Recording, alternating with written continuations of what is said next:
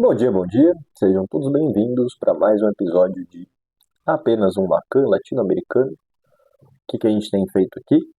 Uma leitura acompanhada, cronológica do Seminário 16 do Lacan, para produzir uma teoria sobre análise do discurso do Lacan, que serve tanto para a gente entender o movimento da obra do Lacan, dar uma visão tanto global da obra do Lacan e das suas questões importantes, quanto também para a gente ter uma teoria de análise do discurso do Lacan para trabalhar na clínica, e especialmente que essa teoria ela pode mais adequadamente abordar uma série de problemas, especialmente problemas políticos que atravessam as dimensões clínicas. Quanto a isso, tem uma série de vídeos que eu estou fazendo também sobre uma relação possível de leitura de Lacan com Foucault. Fiz uns shorts desses vídeos e a temática vai se conciliando, convergindo com o que a gente está fazendo aqui. Fica a recomendação para que assistam também. Quem puder, curta, compartilhe, se inscreve no canal e vamos lá para o caderninho para dar andamento a essa parte da lição. Cadê eu? Cá estamos. Então, fato e dito, eu coloquei fato e dizer, porque eu acho que a teoria do dizer do Lacan traz mais essa dimensão. O sofrimento é verdade. Então, é capítulo 4, parte 2.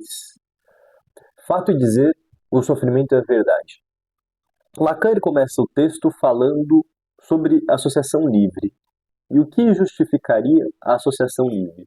Lacan fala que a gente pede para associar livremente porque ao associar livremente se manda embora o sujeito. Bom, e daí então Lacan começa a trazer um pouco da teoria clínica dele, né?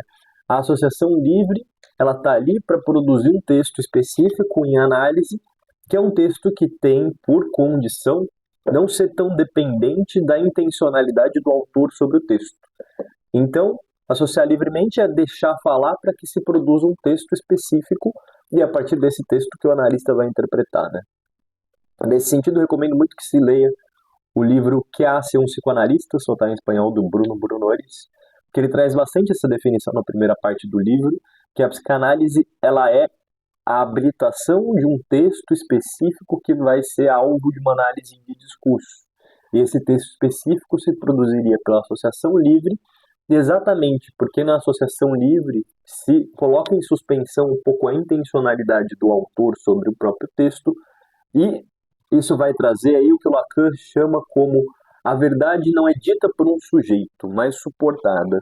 Ou seja, que em associação livre a gente consegue ir recolhendo o caminho das associações, as articulações entre as associações que vão produzir um sentido de verdade a como aquele sujeito tem vivido e sofrido na própria vida.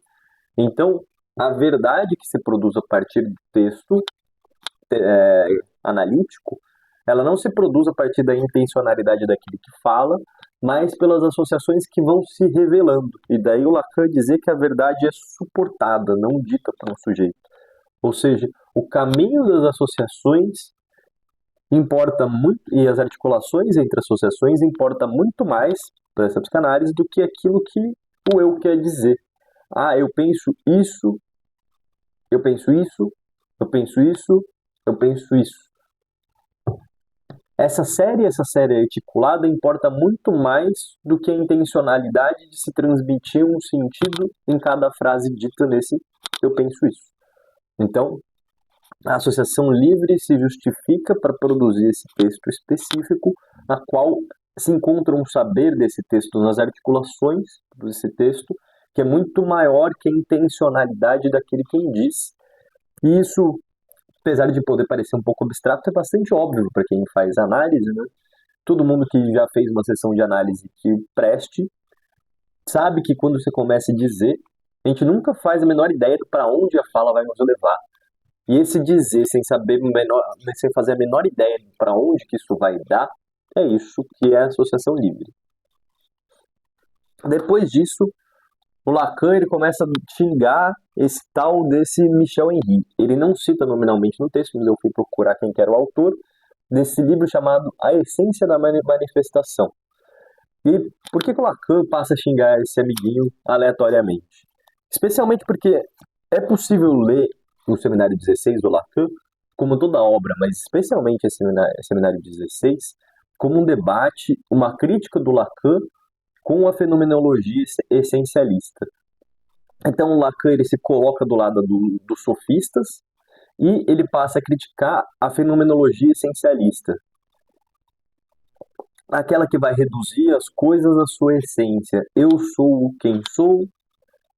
O Michel Henry, no próprio resumo do livro dele, diz que um sujeito ele se encontra na sua carne mesmo, que é uma frase que erroneamente se assemelha a certas leituras que se fazem de Lacan, mas Lacan muito veementemente critica essa ideia do real lacaniano. Então, Lacan está dizendo que essa ideia de que eu sou o meu corpo e que o meu corpo é a minha essência e me separa do resto do mundo, essa ideia para o Lacan ela é perfeitamente idiota. O Henry escreve assim: a carne mesma do corpo me separa do resto do mundo. E o Lacan passa desse Michel Henry a criticar uma certa forma, aqui no livro dele ele vai falar sobre o sofrimento. O sofrimento como algo que é imediato, que se apresenta como uma essência para a gente. Ninguém duvida de um sofrimento. Quem sofre sabe que sofre. Então, portanto, o sofrimento seria uma essência. E o Lacan vai dizer que isso é a maior balela. E não atua efetivamente porque ele vai voltar na construção que ele faz entre fato e dizer, tomando o sofrimento como exemplo, que obviamente é o que uma terapia busca transformar, sofrimento. Sofrimento para o Lacan, diferentemente do para o Henry, não é de forma alguma um fato. Sofrimento é sofrimento. Sofrimento é fato de discurso. Ou seja, sofrimento é um sentido que se transforma e se transformando. Esse sentido se transforma o próprio sofrimento. Então, vamos lá, ponto 3. Sofrimento, como qualquer outro fato, é fato de dizer. Esse é um ponto muito lacaniano, né? Na teoria do Lacan, não há, digamos assim, uma realidade material que seja imutável, seja como ela mesma é. Como a minha própria história. A minha história nunca é uma coisa acontecida. Para o Lacan, não há relação entre ser humano e fatos no mundo estável desses fatos, mas a relação do humano com o mundo é sempre uma relação simbólica, por ser simbólica polissêmica. O sentido que se produz de um fato poderia sempre ser outro e sempre passível de transformação. Então, para o Lacan, fato é sempre fato de discurso, fato é sempre fato de dizer, ou seja, é uma interpretação que sempre poderia ser outra e sempre está apta para se transformar. Então, o sofrimento para o Lacan, a clínica depende disso para poder existir, é sempre uma interpretação possível entre outras que poderiam não ser sofridas. Percebe que se a gente não entende a clínica como fato de discurso, se a gente cai em uma realidade imediata de fatos, a gente fecha a possibilidade de clínica e é exatamente o que Lacan pontua. Sofrimento é um fato de dizer, portanto, ele poderia sempre ser interpretado de outra forma, portanto, um sofrimento de um fato que eu acredito ter se passado na minha vida, ele está sempre apto para se transformar, já que eu não vivo em sua realidade concreta, eu vivo os fatos da minha vida como uma linguagem sempre apta a se articular de outra forma. Então, se o sofrimento está no campo do dizer, o sofrimento, então, está no campo de uma interpretação. Uma interpretação, então, que sempre poderia ser outra. Daí o Lacan dizer que dizer sempre abre a questão da verdade. Ou seja, sempre abre possibilidades de interpretação sobre um fato. Ele sai do campo do fato e vai para o campo da verdade, ou seja, da polissemia, da interpretação, das diferentes interpretações possíveis. E depois desse ponto 3, o Lacan vai trazer uma citação onde ele diz algo como o inconsciente de todo discurso. O inconsciente de todo discurso. Essa é uma frase interessante do Lacan, porque ela participa de uma crítica que eu tenho feito da própria teoria da psicanálise, de que a psicanálise hipervaloriza as formações do inconsciente freudiano, ou seja, aquele discurso onde se aparece uma falha, como o xiste, o ato falho, o sonho, mas no fim das contas, na teoria do Lacan, não é necessário dar todo esse peso à formação do inconsciente, porque todo discurso é inconsciente. Todo discurso na teoria do Lacan é inconsciente. E dessa leitura mais freudiana de que a gente precisa esperar a formação do inconsciente, porque a formação do inconsciente é aquilo que supera a barreira da repressão, isso não é lacaniano, mas muita gente vai ler Lacan a partir dessa mesma chave. E a chave que eu apresento aqui de leitura do Lacan é que para o Lacan, todo discurso que se produz em associação livre, em análise, ele é o inconsciente, então, portanto, a gente não precisa esperar isso que passa da barreira da repressão, porque essa nem é uma ideia lacaniana, e o inconsciente aparece no discurso a partir das articulações que um discurso vai tecendo em associação livre. E Lacan retoma também a ideia dele de discurso sem fala, que a gente já fez, os 2 primeiros vídeos desse canal são sobre isso, então recomendo aí quem quiser ir lá ver para se aprofundar mais. Mas o Lacan está dizendo nesse contexto de discurso sem fala, no sentido de discurso sem uma fala intencionada. O inconsciente ele aparece em todo discurso na medida que um significante representa um sujeito para outro significante, e isso aparece para além de uma fala onde o autor ele a constranja muito em direção àquilo que ele quer dizer. Então, quando a pessoa se permite associar livremente, aparece esse discurso que é o inconsciente do Lacan. Um discurso que vai trazendo uma série de articulações a partir da qual eu vivo os fatos da minha vida de uma determinada maneira. Os fatos que são fatos de dizer.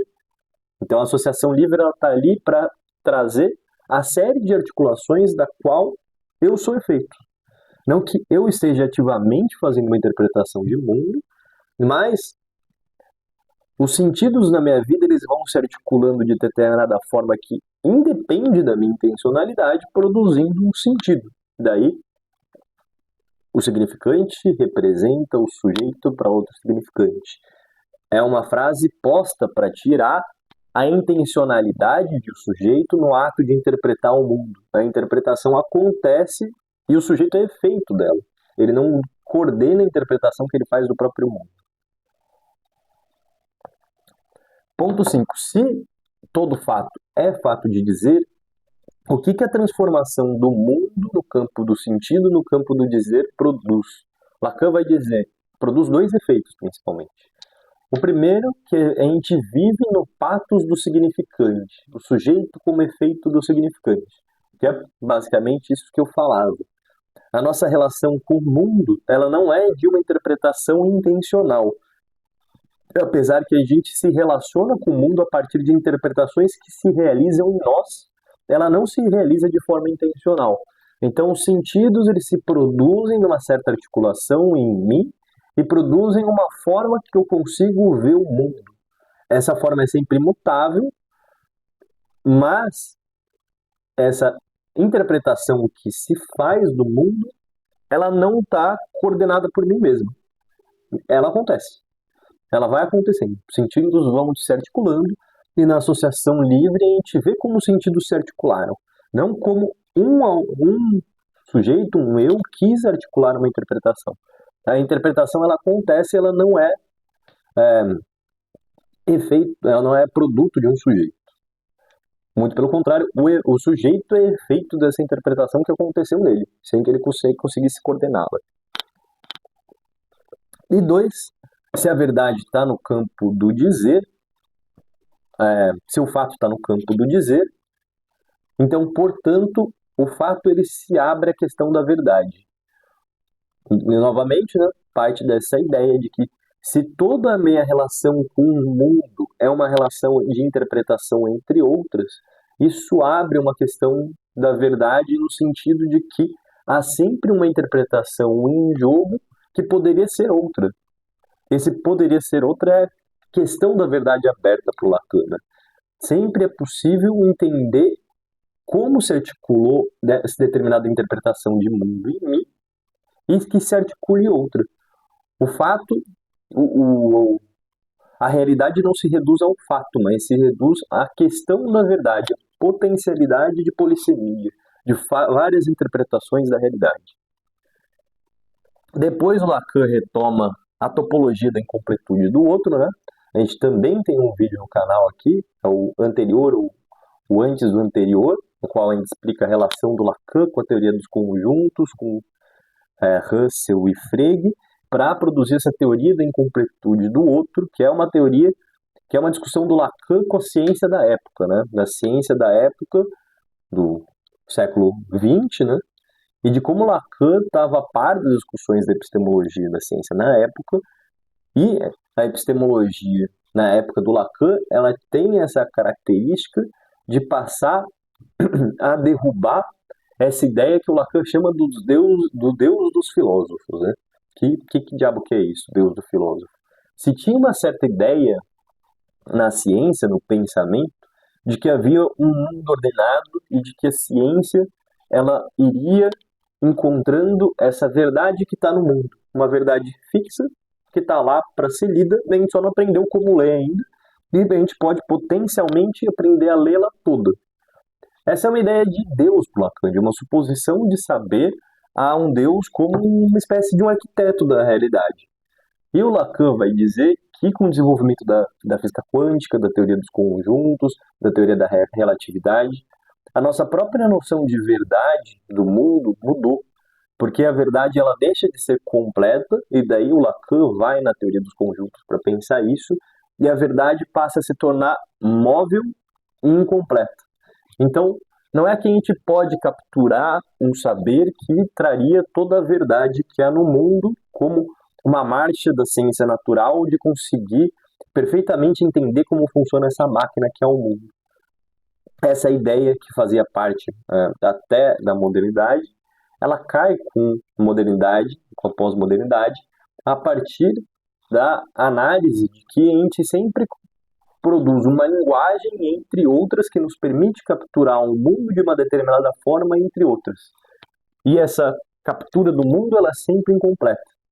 Então, quem quiser ver mais sobre isso aí, assista o vídeo anterior do canal sobre a incompletude do outro, mas a construção que o Lacan faz brevemente é essa, né? De que a teoria dele da incompletude do outro, que é uma teoria topológica, uma teoria matemática, uma teoria lógica, ela produziria a queda de uma ideia de um saber completo. E isso, o Lacan está criticando certas noções de epistemologia que às vezes continuam em marcha, mesmo que numa epistemologia mais moderna, mais complexa, isso já esteja sob questão, nada impede que em vários campos do saber se viva a partir de uma epistemologia, se pense a partir de uma epistemologia que se supõe completa e fixa, mas o Lacan está criticando transmissões de saber que se mantêm atreladas a essa ideia de que há uma verdade fixa e completa, e essa crítica serve inclusive à psicanálise, como a psicanálise freudiana, o qual o inconsciente ele é tipo um barril cheio de ideias, cheio de representações, as representações ali recalcadas, conflitantes, e que a gente poderia, uma a uma, ir descobrindo essas representações conflitantes e nesse processo ir se curando da neurose que foi se desenvolvendo. Daí também toda a fantasia do psicanalista com a infância, né? Porque se há uma verdade completa e profunda, portanto, o psicanalista vai correndo em direção à infância pensando que essa verdade está lá. Essa ideia de que há um saber já realizado no inconsciente como um grande balde de saberes conflitantes que nos fez, é uma ideia freudiana, mas não é de forma alguma lacaniana, especialmente porque essa ideia parte de uma ideia de uma completude do grande outro, no caso, o inconsciente freudiano como uma ideia de uma completude do outro, de um saber complexo, de uma verdade fixa que estaria lá, enterrado. Então, o inconsciente do Lacan não é isso. O inconsciente do Lacan é muito mais aquilo que a gente trazia no ponto anterior sobre inconsciente como todo o discurso. Inconsciente é aquilo que se realiza em associação livre, onde se vai aparecendo as articulações que produziriam, de sentidos que produziram certa interpretação que se realizou no sujeito do seu mundo. Isso seria o inconsciente lacaniano, né? como os sentidos se articulam, fazendo com que a gente veja o mundo de determinada forma, e essa articulação ela independe da nossa intenção. Eu não preciso pensar sobre uma interpretação da coisa que aconteceu na minha vida para que se produza uma interpretação sobre as coisas que aconteceram na minha vida. Isso é bastante óbvio, isso é o que o Lacan chama de inconsciente de todo discurso, né? Contraditório essa ideia de um saber já dado que está ali num balde de representações conflitantes do Freud. Ponto 7. Se a verdade diz, a resposta vem da interpretação. Como não cair na posição do profeta? Então, Lacan está dizendo que se o fato é fato de dizer, isso abre a possibilidades que fatos sejam interpretados de diferentes formas, portanto, a questão da verdade do fato, ela abre a questão da verdade, a questão da interpretação. É uma interpretação que diz qual é o fato. E a clínica, obviamente, ela tenta transformar as interpretações do mundo, ela tenta primeiro encontrar as articulações que produziram em mim determinada interpretação e depois transformá-la. Então, é a interpretação que produz a verdade do fato. A verdade não está lá, ela é efeito de uma interpretação e a clínica tenta produzir uma outra interpretação menos sofrida no lugar daquela que estava. E se a verdade está lá, o Lacan faz essa pergunta, uma pergunta essencial para o campo da técnica psicanalítica. Como não cair no lugar do profeta? É uma piada que o Lacan está fazendo, como não ser aquele analista que de fora fica falando o que é a verdade do outro. Ah, isso aí quer dizer isso quer dizer isso, o seu sonho quer dizer isso. E no vocabulário do Freud, tudo quer dizer papai, mamãe e sexo, né? Seu sonho é sobre papai e mamãe, seu sonho é sobre sexo. Como não cair na posição daquele que diz de fora a verdade sobre o outro? É uma pergunta importante sobre a técnica.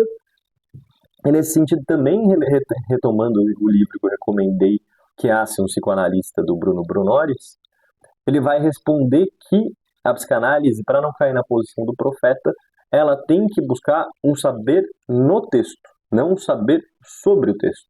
Então, no próprio texto que se produz em associação livre, há uma série de articulações das associações que vão se produzindo, e não cair na posição do profeta inclui fazer a leitura do texto que se produz em associação livre sem usar saberes de fora que cairiam como aquilo que diz a verdade desse texto, mas encontrando o sentido que as próprias articulações do texto vão trazendo.